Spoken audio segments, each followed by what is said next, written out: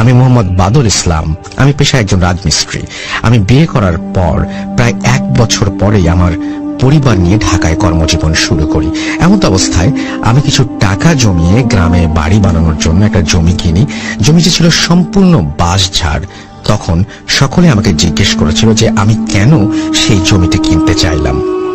আমি বলেছিলাম যে আমি বাড়ি বানাবো। তখন সবাই আমাকে নিষেধ করেছিল যে জমিটা কেনার জন্য মনস্থির করেছি সেটা আদৌ যেন না কিনি, কেননা সেখানে রাতের বেলা অনেক কিছু দেখা যায় এবং অনেক শব্দ শোনা যায়। আমি আধুনিক যুগের ছেলে হওয়ার কারণে সেসব কথা কানে না নিয়ে জমিটি কিনে ফেলি, কারণ আমার বাড়ি বানানোর জন্য জমির প্রয়োজন ছিল। আর আমি কখনো ভূত প্রেত বিশ্বাস করতাম না। জমি কেনার পর আবার নিজ কর্মস্থলে চলে যাই। 2 বছর পর চিরদিনের জন্য ঢাকা থেকে পরিবার নিয়ে বাসায় চলে আসি। আসার পর সেই জমিটি বাঁশঝাড় ছিল, সেগুলো লোকজনদের দিয়ে পরিষ্কার করিয়ে একটি সুন্দর 3 শেড বাড়ি নির্মাণ করি। যখন বাড়িটি নির্মাণ করি তখন কোনো সমস্যা হয়নি। সমস্যা শুরু হলো বাড়িটিতে বসবাসের জন্য যেদিন নির্ধারণ করলাম সেদিন থেকে। সময় মতো নতুন বাড়িতে পাড়া প্রতিবেশী, মসজিদের ইমাম সাহেব, মুয়াজ্জিন ও মুরব্বীদের নিয়ে মিলাদ মাহফিল করে বাড়িতে থাকা শুরু করি। ঘটনার প্রথম দিনেই শুরু হয় আমার পরিবার, আমার স্ত্রী, আমার ছোট কন্যা সন্তান, তার বয়স মাত্র 5 বছর।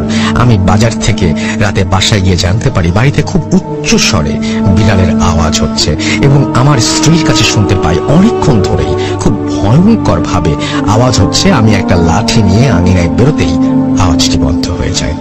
কিছু দূরে আবার শোনা যায়। আমি তেমন কিছু একটা মনে করিনি, বিষয়টিকে স্বাভাবিকভাবে মেনে নিয়েছি। রাতটা সুন্দরভাবে কাটিয়ে পরের দিন প্রতিবেশীদের জিজ্ঞেস করলাম। তারা বলল প্রায় রাতেই বিড়ালের আওয়াজ শুনতে পায় তারা।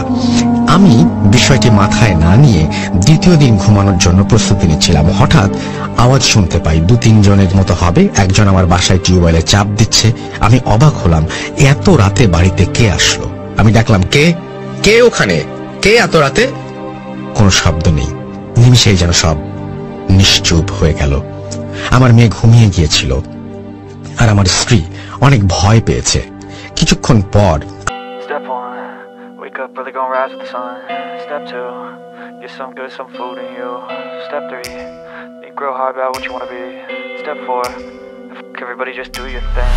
Wake up, today's gonna be a good day. Wake up, today's gonna be a good day. Wake up, today's gonna be a good day. Wake up, today's gonna be a good day. Wake up, today's gonna be a good day. Wake up, today's gonna be a good day. Wake up, today's gonna be a good day. Wake up, today's gonna be a good day. Yo, set your affirmations, aspirations. I got shit to do, the aftermath of preparation. Good food, good mood, blood in circulation. One step at a time, yeah, that's how you make it. Set a goal you control and the steps you take them. I try to pick one thought, have some concentration. And if I make a mistake, it's called education. I try to do this every day, call it replication.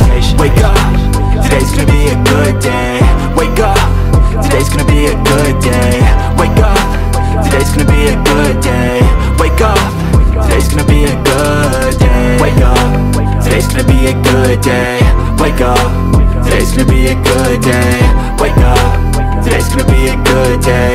Wake up, today's gonna be a good day. So life ain't easy, yo, I think there's a reason though. Ups and downs, just like every different season, yo. Sometimes I'm high, other times I'm barely breathing, though. I always gotta fight and hide from the demons, yo. Negative thoughts are poison, they rot. Head full of flies, so here come the clouds. They'll never stop unless I can swap all the bad for the good in my head when I'm lost. Yeah, so I'ma fake it till I make it. Positive thoughts are overtaken, I got patience. One day at a time is how you operate a cadence. A flow, you grow, you show yourself a foundation. Stay away from all the shit that causes temptation. I know that I like to do it cause it's sensation. I live my life in my head like a narration. Don't expect greatness, do my best, man, I'll take it. Wake up, today's gonna be a good day. Wake up, today's gonna be a good day. Wake up, today's gonna be a good day. Wake up, today's gonna be a good day. Wake up, today's gonna be a good day. Wake up, today's gonna be a good day. Wake up, today's gonna be a good day. Wake up, today's gonna be a good day.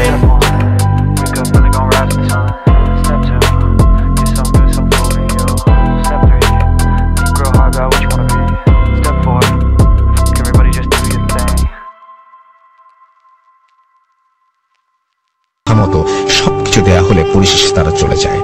তারা কথা দিয়েছিল আর কোনোদিন disturb করবে না।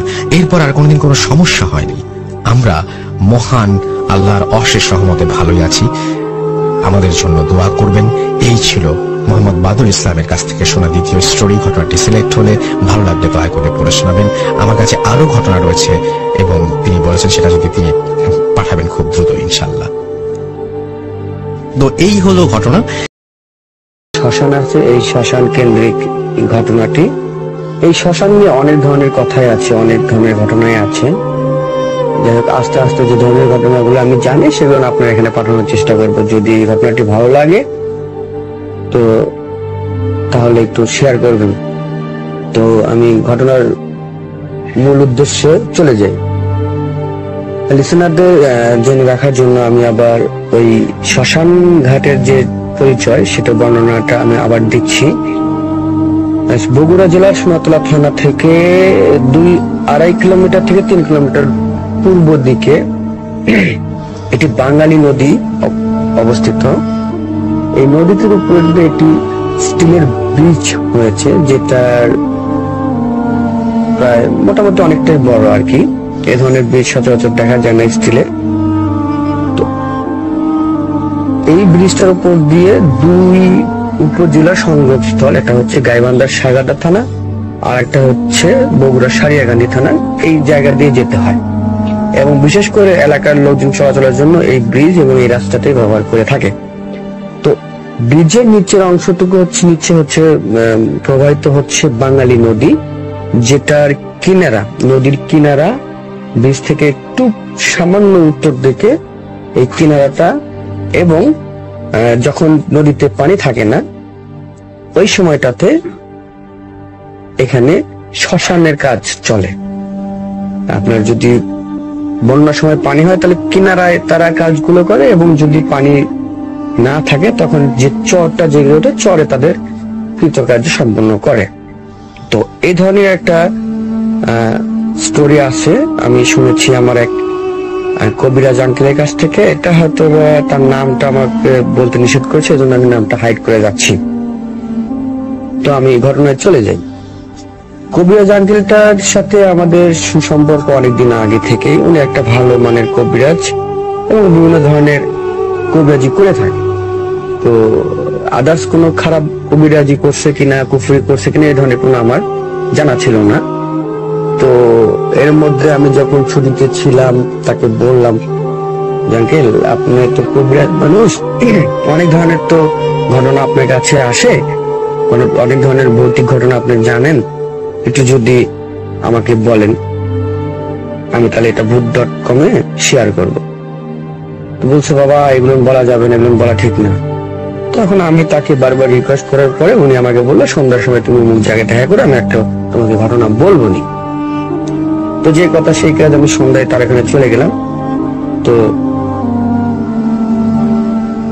যাওয়ার পরে উনি আমাকে, আমরা একটা মানে জনশূন্য জায়গায় বসলাম। তো স্মোক করতে ভালোবাসি, উনি স্মোক করেন, যার কারণে দুজনে গল্প করতে করতে স্মোক করতে করতে ঘটনাটা শুনলাম আমি। ঘটনা হয়েছিল, ঘটনাটি 2006 এবং 2007 সালের দিকের ঘটনা। তো একটা ছেলে আসে ওনার কাছে অনেকদিন থেকে। ছেলেটার একটু বর্ণনা দিয়ে দিই। ছেলেটা লেখাপড়া করে, বাবা মা পরিবারে যারা আছে, ওনার দাদা বাবা ওনারা একটু হালকা কবডেস টাইপের ছিলেন, কিন্তু অতটা বেশি না, সাধারণ যে ঝাড়ফুঁক করা কিংবা এলাকায় একটা গাছগাছালি ঔষধ এগুলো ধরনের একটা কাজ করতেন। তো ওই ছেলেটার মনে ধরেছে যে সে ভালো ধরনের ব্ল্যাক ম্যাজিকটা শিখবে, এই ধরনের কিছু শিখবে। তো এই জন্য ওই কবিরাজ আঙ্কেলের কাছে যায় বারবার। উনি বলে যে আঙ্কেল আমি আপনার শিষ্য হতে চাই, কবিরাজ আঙ্কেল আমি আপনার শিষ্য হতে চাই, আমাকে নেন। তো বলে শিষ্য হতে চাইলে তো একটা ইয়ে আছে, তুমি কোন মানে ইয়েতে শিখতে চাও? তো তখন সে বলে আমি ব্ল্যাক ম্যাজিক শিখতে চাই। এটা সেটা শেখা ঠিক না, আর এগুলো আপনি শিখায়ও না, এগুলো খুব খারাপ জিনিস, এগুলোর অনেক ধরনের ঝামেলা হয়। না আঙ্কেল আমি আপনার কাছ থেকে শিখতে চাই, আমি আপনার শিষ্য হব। তো এটা প্রায় সে 1 মাস ওনার কাছে এভাবে ধর্ণা দেয়। ধর্ণা দেওয়ার পরে উনি মানে বাধ্য হয়ে ওনার অবস্থা দেখে উনি বাধ্য হয়ে তাকে শিষ্য করতে চায় এবং শিখাতে চায়, কিন্তু তাকে বলে শর্ত আছে একটা। সেই শর্তটা হলো যে তুমি যে জিনিসটা শিখতে চাও, এই জিনিসটা শিখতে হলে একটা জিনিসের প্রয়োজন হবে, সেটা হচ্ছে অবিবাহিত বৈরাগী। হিন্দুদের মধ্যে একটা গোষ্ঠী আছে, সেটা হচ্ছে বৈরাগী। বৈরাগীদের অবিবাহিত বৈরাগীর মেয়ের মাথা। তো এটা যদি তুমি আনতে পারো, সবকিছু লোকেশন আমি তোমাকে দেব, সবকিছুই দেব, তুমি শুধু এটা আনতে হবে। এটা আনতে পারলে তোমাকে আমি শেখাবো। তো বলে ঠিক আছে আঙ্কেল, সমস্যা নেই, আমি আনবো, আপনি আমাকে তো শিষ্য করে নেন, আমি আনবো। তো ভাষ্য মতে ওনার ভাষ্য নিতে চান। তো উনি প্রায় অনেকদিন ওনার পিছিয়ে ঘোরার পরে 1 বছর, এর মধ্যে কোনো ধরনের ইয়ে পানি, 1 বছর পরে এই ধরনের একটা লাশের সন্ধান পাওয়া গেছে। এটা আমাদের আশেপাশে গ্রামেরই একটা লাশ। তো আমি বলে রাখি, সেটা হচ্ছে যে বৈরাগীদের অধিকাংশ লাশ তার মাটি চাপা দেওয়া হয়। এটা আবার নিয়ম আছে, কিছু প্রসিডিওর তারা ইয়ে করে, মেনটেন করে। সেটা হচ্ছে যে ধ্যান, যেরকম বসে থেকে ধ্যান করানো হয়, মানে এ ধরনের ধ্যানের মতো করে তাদেরকে মাটি দেওয়া হয়। অধিকাংশ তারা মাটি দেয়, যাদের অবস্থা একটু ভালো তারা একটু পুড়িয়ে ফেলে। তো মোটামুটি আমাদের এলাকার যতগুলো দেখছি অনেকটাই মাটিতে পুঁতে তাদেরকে কবর দেওয়া হয়। তো এখানে বৈরাগী গোষ্ঠীর মেয়েরা মারা গেলে, বিশেষ করে অবিবাহিত মেয়েরা মারা গেলে, তাদের একটা 3 থেকে 7 দিন একটা পাহারার ব্যবস্থা করা হয়, যেন এখান থেকে মাথাটা কেউ না নিতে পারে, কারণ এটা মাথাটা অনেকটা গুরুত্বপূর্ণ। পাহারার ব্যবস্থা করা হয়। তো বলে রাখা ভালো যে মাথাটার কথা বলা হচ্ছিল, সেই ব্যক্তিটা মারা যেতে হবে শনিবার অথবা মঙ্গলবার। তো এই ধরনের দীর্ঘ 1 বছর পর এই ধরনের একটা লাশের সন্ধান পাওয়া যায়, যে আমাদের পার্শ্ববর্তী গ্রামে একটা মেয়ে মারা যায়, বৈরাগী ফ্যামিলি, এবং সে শনিবারে মারা যায়। তো এই লাশটাকে দাফন কাফন করানো হয়েছে আমাদের ওই শ্মশানে। তো তখন তাকে বলা হলো যে অমুক জায়গায় একটা লাশ দাফন করা হয়েছে, তোমাকে এটা মঙ্গলবারে রাতের বেলা আনতে হবে। শনিবারে মারা গেছে, মঙ্গলবার রাতে তুমি আনতে হবে এটা। বলছে ঠিক আছে আনবো। বলছে হ্যাঁ, মুখ দিয়ে বললে আনবো, এটা তো হলো না, এটার কিন্তু অনেক ধরনের মানে ঝুঁকি আছে, তোমার কি কি সমস্যা হবে, তুমি বিকেল বেলা আসো, আমি তোমাকে সুন্দর করে বলে দেবো কি কি থেকে বিরত থাকবে, কি কি ধরনের সমস্যা হইতে পারে। তো রাসেল ভাই সে বিকালে আসে, কারণ তার আজকে মনের আশা পূর্ণ হওয়ার দিন, সে জিনিসটা আনতে যাবে। সেটা অনেক সাহসী ছিল যদিও, তারপর এই জায়গাগুলোতে যত সাহসী লোক হোক অনেকটা আপসেট হয়ে যায়, অনেকটা মৃত্যু হয়ে যায়। যাই হোক, বিকেল বেলা আসছে, আসার পরে বলছে যে কি কি প্রসিডিওর আছে সেগুলো বলে।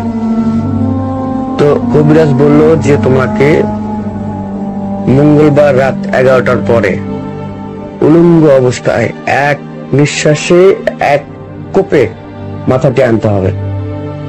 যদি এদিক সেদিক কোনো সমস্যা হয়, তাহলে তুমি ওখান থেকে বেঁচে ফিরতে পারবে না। তো যাওয়ার সময় তুমি যখন যাবা, ওই এলাকায় যখন প্রবেশ করবে, শ্মশানের আশেপাশে যখন প্রবেশ করবা, তোমাকে ভয় দেখানোর জন্য কিংবা তোমাকে মানে তোমার সামনে বিভিন্ন ধরনের বিভিন্ন রূপ নিয়ে অনেকে আসবে, এটা দেখে ভয় পাওয়া যাবে না। এবং তুমি কখনো পেছন দিকে তাকাবা না, পেছনে যা কিছু হয়ে যাক না কেন। এবং মাথাটা নিয়ে আসার সময়ও ঠিক সেম কথাই হলো, তুমি পেছনে তাকাবে না, যত ধরনের বিপদ আসুক সবকিছু আমি এখান থেকে যতটুকু কন্ট্রোল করার দরকার আমি কন্ট্রোল করবো, বাট তুমি পেছনে তাকাবে না, কোনো ভয় পাবে না, ভয় পাইলে তুমি এখান থেকে জীবিত আসতে পারবে না। তো ঠিক বললো ঠিক আছে আঙ্কেল, আমি যাব, মঙ্গলবারে যাব, নিয়ে আসবো। তো দিনটি ছিল সোমবার, যেদিন তাকে বলে। মঙ্গলবার রাতের বেলা সে একাই রওনা করেছে আপনার সেই মাথাটা নিয়ে আসার জন্য। এখন একটা এলাকা আছে, নদীর পূর্ব পাশে হচ্ছে আপনার ভাঙ্গা বাঁধ, ওই দিক থেকে নদীর ভাঙ্গন হয়। ওই পাশে কোনো চর নাই, কুল আছে একটা। আর নদীর পশ্চিম পাশে আছে বিশাল চর এবং হচ্ছে আপনার একটা কুল আছে, এটা হচ্ছে শক্ত কুল, এর দিকে ভাঙে না, ভাঙন নাই এ পাশে। তো সচরাচর সেক্ষেত্রে মাটি দিতে হলে তো এই পাশে লাশ গুলোকে মাটি দেওয়া হয়। তো ছেলেটির বাড়ি ছিল নদীর পূর্ব পাশে, তো তাকে অবশ্যই ক্রস করে নদীর পশ্চিম পাশে আসতে হবে ব্রিজের উপর দিয়ে। তো বলা আছে যে 300 হাত দূরে থেকে সে উলঙ্গ অবস্থায় এসে এটা নিতে হবে। তো 300 হাত বলতে লাস্টার যে লোকেশনটা বলেছিল, যেখানে খবর দেওয়া হয়েছিল, সেখান থেকে 300 হাতটা আপনার কাছাকাছি, প্রায় মেইন রোডটা থেকে একটু নিচে নামলেই হয়। তো ছেলেটি সেদিন কি করলো, দূরে এসে যে জায়গা থেকে 300 হাত দূরে থেকে সে কি করলো, সে নিজে উলঙ্গিত হওয়ার পরে একটা রামদা, একটা আমাদের এলাকায় মাটি খোঁড়ার কোদাল, এগুলো নিয়ে সে রওনা করতে ধরলো। এবং সে তার বিকেল বেলায় আসেই সে তার লোকেশনের যে কবরস্থানটা ছিল সে দিয়ে গিয়েছিল। সে অনুপাতে সে আস্তে আস্তে আসা শুরু করলো। যখন সে রাস্তা থেকে আপনার নদীর যে কিনারা বেয়ে আসবে, কিনারায় পা দিল, মানে শ্মশান এলাকার মধ্যে পা দিল, পুরো শ্মশান এলাকা অন্ধকার, রাত্রিবেলা তো অবশ্যই অন্ধকার। আর মনে হচ্ছে বালির একটা সাইক্লোন বইতেছে, ঘূর্ণিঝড় উঠেছে, যেহেতু চর এলাকা, ওই সময় চর পড়েছিল। তো সাইক্লোন শুরু হয়ে গেছে। সে বিভিন্ন ভাবে ভয় পেতে থাকলো, যেমন দেখতেছে বিশাল বিশাল দৈত্য আকারের মতো হাতি আসতেছে, বিশাল বিশাল বাঘেরা তাকে আক্রমণের মতো করতেছে। মানে সে এটা ধরনের যে ঘূর্ণিঝড় আছে এটার মধ্যে দেখতে পাচ্ছে। তো সে মানে প্রথমে জেনে রাখছে যে এটা ভীত হলে হবে না, কারণ ভীত হলে আমি এখান থেকে ফিরতে পারবো না। তো সে ভীত হয় নাই, সে মনে সাহস নিয়ে সে রওনা করছে, কাছাকাছি মানে কবরের কাছাকাছি গেছে। এর মধ্যে অনেক ধরনের ভাবে তাকে মানে ভয় দেখানোর চেষ্টা করা হয়েছে। তো সে কবরের পাশে যাওয়ার পরে, এখন বলে রাখা ভালো যে সেদিন ছিল একটু বৃষ্টির দিন, পাহারাটা সেদিন আর ছিল না, কারণ ওখানে কোনো থাকার কোনো ঘর নাই। তো বৃষ্টির কারণে সবাই চলে গিয়েছিল। এখন বৃষ্টির কারণে, যে বৃষ্টিটা মোটামুটি অনেক ভালো বৃষ্টি হচ্ছিল, নতুন কবর, বৃষ্টিটার কারণে কবরের মাটিটা একটু সরে যাচ্ছিল। তো ওর জন্য একটু সুবিধা হয়েছিল। সে কি করলো, আপনার কবরের কাছে গেছে, কবরের কাছে যাওয়ার পরে সে কোদাল দিয়ে মাটিটা সরাতে থাকলো। সরাতে এক পর্যায়ে সে লাশের মাথার অংশটুকু দেখতে পেল। এখন দেখতে পেল এই সময়টাতে তার সবচাইতে বেশি ভয়ানক কার্যক্রম শুরু হয়ে গেল। মাথার পাশ থেকে মাটি সরানোর পরে হাত দেখতে পেল। তো ধ্যাট করে এই হাতটা তার পাটা ধরে জড়িয়ে ধরছে শক্ত করে। সে অনেক চেষ্টা করে সরানোর জন্য, পারে না। এখন তার সাথে একটা যুদ্ধের মতো চলছে, সে অনেক চেষ্টা করেছে সরানোর জন্য, পায় নাই। তো এ পর্যায়ে সে কি করছে, মানে সে তার মাথাটা কাটার জন্য ইয়ে করছে, পা ধরছে। আমি এটা, তাতে কোনো সমস্যা নেই। সে তার ভাষ্য যে আমি পা ধরছে, এটা থাক, আগে মাথাটা নিব, তারপরে পা ছাড়ার ব্যবস্থা করব। তো সে এক হাতে তার কাছে, এক হাতে বড় রামদার মতো একটা রামদা আছে, সে কি করেছে, লাশের যে মাথার চুল আছে, চুলটা ধরে এক নিঃশ্বাসে একটা কোপ দিয়েছে। কোপ দেওয়ার সঙ্গে সঙ্গে তার হাতের মাথা, তার দেহ থেকে মাথা আলাদা হয়ে গেছে এবং তার হাতের মাথা চলে আসছে। তো এখন চলে আসছে, এই সময়টাতে তার পাটা ছাড়তে পারতেছিল না, লাস্টে বাধ্য হয়ে তার হাতে একটা চোট মারে চলে আসতে হয়েছে। এখন আসার সময় আরো বিভিন্ন ধরনের বিপদ তার সম্মুখীন। সে মানে অনেকটা ভীত হয়ে যাচ্ছিল, কিন্তু ভয় পাওয়ার সে চেষ্টাই করছিল না, কারণ তার মনে আছে একটাই, যে এটা নিয়ে যেতেই হবে, আর ভয় পেলে আমি এতে বেঁচে ফিরবো না। তো অনেক কষ্ট করে, অনেক যুদ্ধ করে সে মাথাটা নিয়ে যায়। নিয়ে যাওয়ার পরে কবিরাজ আঙ্কেল বলছে যে তুমি সোজা এখানে চলে আসবা। তো কবিরাজ আঙ্কেলের বাড়িতে যখন মাথাটা নিয়ে যাওয়ার পরে এখন সে বাড়িতে উঠানে পা দেওয়ার পরে ওখানে সেন্সলেস হয়ে পড়ে যায়। এমন পরে সেন্সলেস হয়ে পড়ে যাওয়ার পরে ওখানে শব্দ হয়। কবিরাজ আঙ্কেলের নিজে বার হয়ে দেখেন যে সেন্সলেস হয়ে গেছে। পরে বাসায় ফিরে পানি টানি দিয়ে এখন তাকে সুস্থ করা হয়। সুস্থ করার পরে তাকে যে ধরনের প্রসিডিউর গুলো মেনটেন করা হয়, আপনার এই জাদুবিদ্যার যেগুলো সিস্টেম আছে সেগুলো তাকে শেখানোর পরে তাকে মোটামুটি সেও একজন এখন কবিরাজ। জানি না সে ভালো কাজের কাজ করে কিনা, এটা আমার জানা নেই। সেও এখন মোটামুটি একজন কবিরাজ হয়ে গেছেন, বিভিন্ন ধরনের জাদুবিদ্যাও সে শিখেছে। তো কবিরাজ আঙ্কেল আমাকে একটা কথা বললো সর্বশেষ, যে সেটা হচ্ছে যে ও এটার প্রতি আকৃষ্ট এই জন্য হয়েছিল যে তার যে বড় বোন ছিল তাকে ব্ল্যাক ম্যাজিক করে মেরে ফেলা হয়েছিল। এটার প্রতিশোধ হিসেবে সে ব্ল্যাক ম্যাজিকটা শিখতে চেয়েছিল, যার কারণে সে এতটাই ব্ল্যাক ম্যাজিক শিখতে আগ্রহী হয়ে গেছিল যে সে তার ক্ষতি করবে। সে নিজে না জানলে তার ক্ষতি করতে পারবে না। যাই হোক, পরে কবিরাজ আঙ্কেল অনেক বোঝাচ্ছে তাকে যে এটা ক্ষতি একজনে করা খুব সহজ, দুপুর করা খুব কঠিন। যাই হোক, সে ভুল করছে, তার জন্য আল্লাহ আছে, সে দেখবে, আল্লাহ তার বিচার করবে। তুমি কেন মানুষের একটা ক্ষতি করতে যাবে? এই জিনিসগুলো শিখায় রাখলাম, ভবিষ্যতে ভালো কাজে তুমি এগুলো ব্যবহার করবা। তো যাই হোক, পরে সে ছেলেটি তার প্রতিশোধ নেয় নাই, যার কারণে সে ব্ল্যাক ম্যাজিক শিখতে আগ্রহী হয়েছিল। তো রাসেল ভাই, আমি একটা কথা বলবো, সেটা হচ্ছে যে এই ব্ল্যাক ম্যাজিকটা আসলে আমাদের মানে পৃথিবীতেই বলবো, আমাদের দেশে তো বটেই, পৃথিবীতে একটা মানে বিশাল একটা খারাপ একটা কাজ।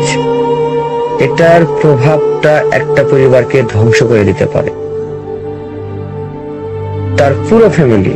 সে পরিবারের যদি প্রধান আয়ের উৎস তার বাবা হয়ে থাকে, সে একটা পরিবার যদি বাবা না থাকে আয়ের উৎস থেকে, তো সে পরিবারটা কিভাবে চলবে সেটা হয়তো বা যার বাবা নেই সে অনেকটাই ভালোভাবে বোঝে। যাই হোক, তো আমি সবার প্রতি রিকোয়েস্ট করব যে আমরা ব্ল্যাক ম্যাজিকের রিসার্চ এবং এটার করা এবং যারা ভুক্তভোগী হয়েছেন তারা যেন, আমি দোয়া করি তারা যেন আল্লাহর রহমতে দ্রুত ফিরে আসে। তো এটা রিসার্চ সংক্রান্ত কোনো ধরনের কোনো কার্যক্রমে যেন কেউ লিপ্ত না হয়। এটা সবচাইতে জঘন্যতম একটি কাজ। ধন্যবাদ রাসেল ভাই। যদি গল্পটি আমার ভালো লাগে book.com শেয়ার করার জন্য অনুরোধ রইল। এর পরবর্তী সপ্তাহে আমি আবার আসতেছি আপনাদের জন্য একটি নতুন স্টোরি নিয়ে আসবো আমাদের এই শ্মশান কেন্দ্রিক, কারণ এখানকার অনেক